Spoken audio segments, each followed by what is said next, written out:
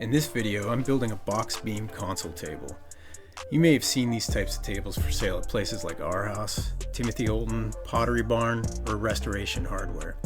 The first time I saw one for sale was at RH years ago, and I immediately wanted it. Until I saw the price tag. It was steep, very steep. And the prices of the others aren't really that far behind. Honestly, I'm not going to take anything away from those tables or even the prices. Salvaging the beams from old barns and buildings is a complicated, expensive process, so I get it. And really, nothing beats authentic age. But I have to be realistic, and I can't justify those price tags for the abuse my household is sure to inflict on this. So I decided to build a table that gets the look I want without the high price or the concern that it might get a little beat up. After visualizing and measuring a bit, I decided that I wanted the beams to be 12.5 inches deep by 10 inches high, with the overall table being 76.5 inches long by 30 inches tall. I knew I wanted it to have a dovetail joint detail, and I definitely wanted it to look like an old, solid, salvaged beam. So I ultimately decided to go with a box beam design. If you don't know, a box beam is a hollow beam built with just the four sides, leaving the middle empty. So when you look at it from the end, it forms a box. This type of design doesn't waste material, helps keep the weight down, and if done correctly can look just like a solid beam. My original plan was to use 2x12s, but unbelievably I couldn't find any 8-foot 2x12s at any of the local stores, and it seemed silly to waste so much material by buying 12-foot boards. I consider myself a patient person, but sometimes my patience does fail me, and I ended up using 2x6s just so I could get started. Twice the boards, more than twice the work, but at least it was about the same cost. Because I now had to glue the 2x6 boards up to get to the size I wanted, I started by planing all the boards down smooth. I probably didn't have to do this, but it helps get things lined up and helps make it look like one solid piece when they're glued together.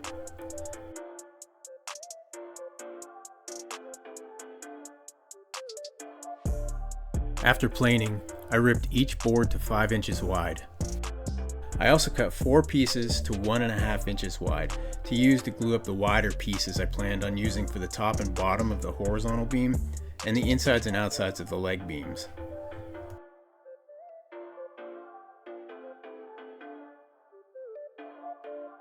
After all the boards were cut to width, I did my best to match grain to help give the appearance of a single board once they were glued together. I just spread glue on the edges and clamped the bejesus out of them. I made 4 10-inch wide boards and 4 11.5-inch wide boards by adding the smaller boards I ripped earlier. If the glued joints would have added much width, I would have just run the boards through my table saw again to get everything back down to the correct width, but I didn't think it was necessary and just used the boards as is. After the glue was dry, I squared the ends and cut the leg boards to length. Using 2 of the 10-inch wide boards and 2 of the 11.5-inch wide boards, I cut 4 30-inch long boards from each size, basically 2 30-inch boards from each of the longer boards. Then I just roughly hand planed the glued joints to remove some of the squeeze out. I wasn't too careful since I was just going to distress this anyway. Next, I added rabbets to the thinner 10-inch wide leg pieces I just cut. In my experience, using rabbet joints are a little easier to deal with than long 45-degree cuts. Plus, they give me a little more flexibility during distressing. I decided to leave a 1/2 inch of material on the rabbet joint. That gave me enough material where I wasn't afraid it would break, but thin enough that it wouldn't be super noticeable when glued up. I tried lots of techniques for the rabbets using a mix of router, table saw, and circular saw. Each had pros and cons. For the legs, I used the router to cut the inside edge of the recess and the table saw to remove the rest of the material. I made a really dumb mistake by cutting rabbets in the top and bottoms of the legs. I don't know what I was thinking, and it just added a lot more work when I had to fix that later. After the rabbets were cut for the legs, I glued the wider leg boards into the rabbets one board at a time. I just made sure to get the outer edges lined up as best as I could and loaded it with clamps.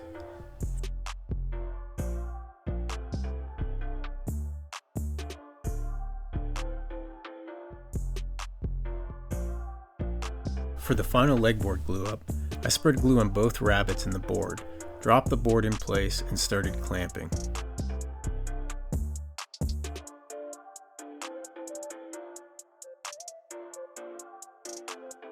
To help get everything lined up and to help free up my hands, I flipped a couple quick clamps to be spreaders to get the boards lined up at the edges. Then I clamped everything down tight and let it dry.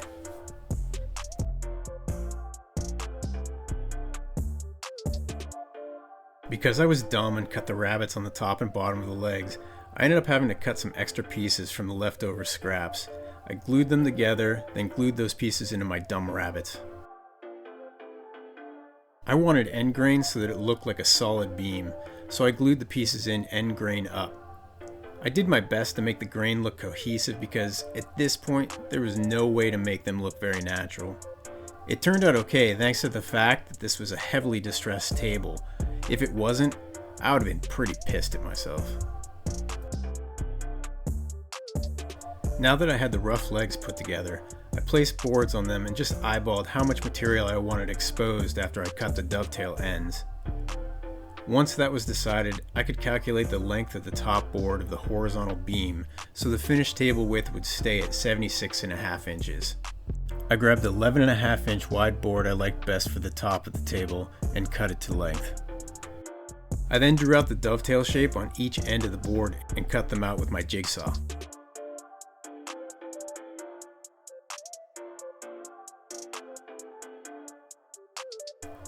Now that I had the dovetails cut, I traced them on the tops of each leg. You may notice that I labeled each end of the top board and the legs with A and B's. I did this to be sure I matched the same sides and pieces every time, just in case there were small differences.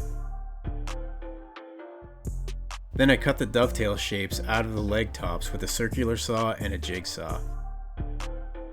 One of the legs had a slightly cupped board, so I ended up having to plunge cut that piece and clean it up with my multi-tool. But the vast majority of material was cleared out using my jigsaw, so I could get into the tight corners. After the leg tops were fully cut, I double-checked that the top board fit snugly into the legs and made small adjustments to the fit by sanding the edges. Now that the dovetails fit, it was time to finish the top beam. I cut the front and back pieces of the horizontal beam to length so they'd fit flush between the legs when assembled, basically to the inside of the dovetails on the top board.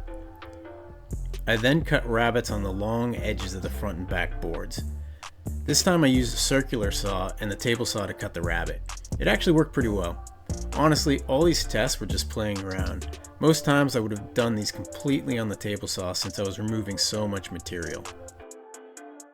Once the rabbets were cut, I glued the beam together just like I did the legs, one board at a time.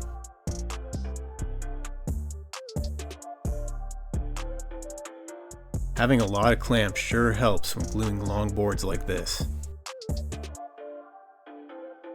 One difference is that I left the bottom board at full length and cut the excess off later to be sure it matched up with all the boards. It's a good thing I did that because there was a small difference in length between the front and back boards, so the bottom board was actually cut at a very slight angle. These details actually make a difference when you're trying to make it look like a solid piece. Distressing is both the fun part and a very tedious part. I used a wire brush, lathe gouge, chisel, and multi-tool to do the distressing, but lots of other things could be used to get the same results. I started with finding any pieces of the boards that were naturally weaker and removed them. Next, I wet down the wood and scraped the whole thing with the wire brush. The water raises the grain and the wire brush adds texture. Then I went around gouging out any part of the grain that looked like weather could knock it out over time. I also scratched and gouged around the glue lines to help camouflage them a bit. Then I used the chisel and multi-tool to add cuts that gave the appearance that an axe or adze had dug a little too far while shaping the beam a long time ago. But here's the part that really makes it look like an old beam. Using the multi-tool, I sliced off the edges of the boards in a pretty random way. No 90-degree edge like that survives long out in the wild, so I wanted to make it look like those had been worn down and broken off. I made sure to add some deeper cuts on the edges to make it look less like two boards and more like one solid piece was gouged into. Now that the beams are distressed, I sanded down any edge, corner, or rough spot I could see. Like I mentioned, no sharp edge lasts long, and I wanted it to look like the beam was around long enough that even the parts that broke off had time to be worn down. I hit this with some 220 grit sandpaper, but tried not to remove all of the raised grain. I didn't want it to be too smooth. Then I did a test fit of everything to see how things looked before starting to stain the table, just in case I needed to make any adjustments.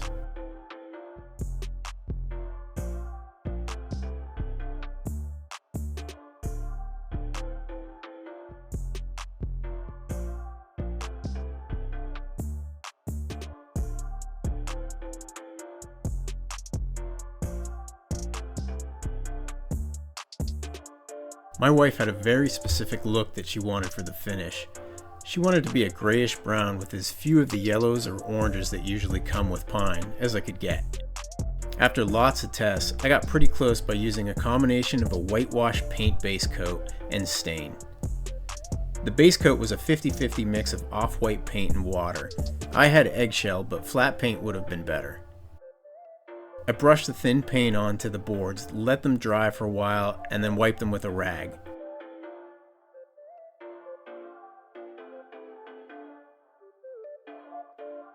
After it was completely dry, I lightly sanded everything to remove a little paint so stain could absorb onto the wood a little more. Once the paint was dry and sanded, I followed up with a coat of Minwax Aged Oak Gel Stain. The gel stain does a good job on top of the paint, but still penetrates where it can. I wiped the gel onto one side, then a second side. When I got done with the second side, I'd go back and wipe the stain off the previous side I stained. That gave the stain just long enough to work its magic. After everything was stained, I let it dry overnight. The next day, using a wet paper towel dipped in charcoal, I lightly wiped it onto random areas of the boards. The charcoal gives the appearance of dirt or soot that was on it so long it discolored the wood. I followed up with a clean, damp paper towel to remove any extra charcoal that may be too dark. I actually get the charcoal from burning a scrap piece of wood with a blowtorch and scraping it off into a container. After everything had a chance to set in and dry, I very lightly sanded all the boards, wiped them clean, and followed up with a coat of wipe-on polyurethane. I sanded and put a second coat on top of the table for extra protection, because I know it's eventually going to be used as a crazy cat runway. The table was strong, but I felt like it was a lot of weight being held up by a pretty small section of wood, so I wanted to add a little extra support. I decided to add some scrap pieces to the inside of each leg using some glue and lag bolts. I cut the pieces so they fit inside the horizontal beam and small enough to give me space on each side during assembly. I glued 2 pieces together for each leg and pre-drilled for the bolts. Since I didn't have a drill bit long enough, I clamped the extra support in place, marked the hole locations using some metal inserted into the drilled holes, and drilled the bolt holes in the legs. Then I just added a little glue, repositioned the support, and installed the bolts with some washers to secure it. I did the same for the other leg as well. I moved everything onto my patio to show how I put it together. This is a fairly big table and it definitely has some weight to it. It's a little awkward to assemble, but not too bad. Putting this together by yourself is doable, but it would be way easier if you had a second person.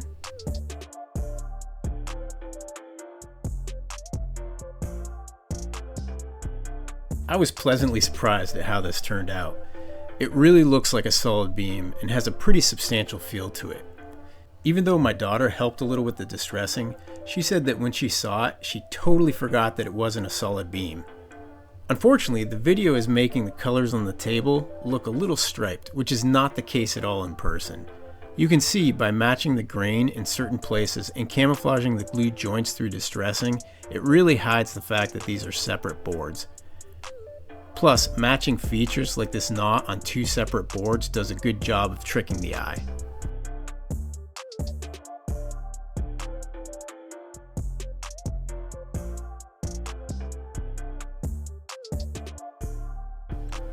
Okay, so I would have definitely waited for the 2x12 boards to get back in stock. Dealing with all the individual boards was probably 2/3 of the work of this project. I would also have calmed down on the distressing. Less really did turn out to be more once the finish was applied. But other than that, I think everything else worked pretty well. In my opinion, this project has a lot of bang for the buck. The biggest expense was the lumber at around $80. Because the gel stain only came in a larger can, that cost $24. The same goes for the wipe-on poly. It was way more than I needed and cost $20. I had the paint, but I didn't need much, so I'm thinking a paint sample or two could be enough for the whitewash. And the bolts were a total of around $4, for a grand total of $128. That's a far cry from the thousands of dollars most of the other beam console tables go for. Plus, this table can be customized to whatever size fits the space. And as cheap as it is, I'm thinking of replacing an existing table with another version of this.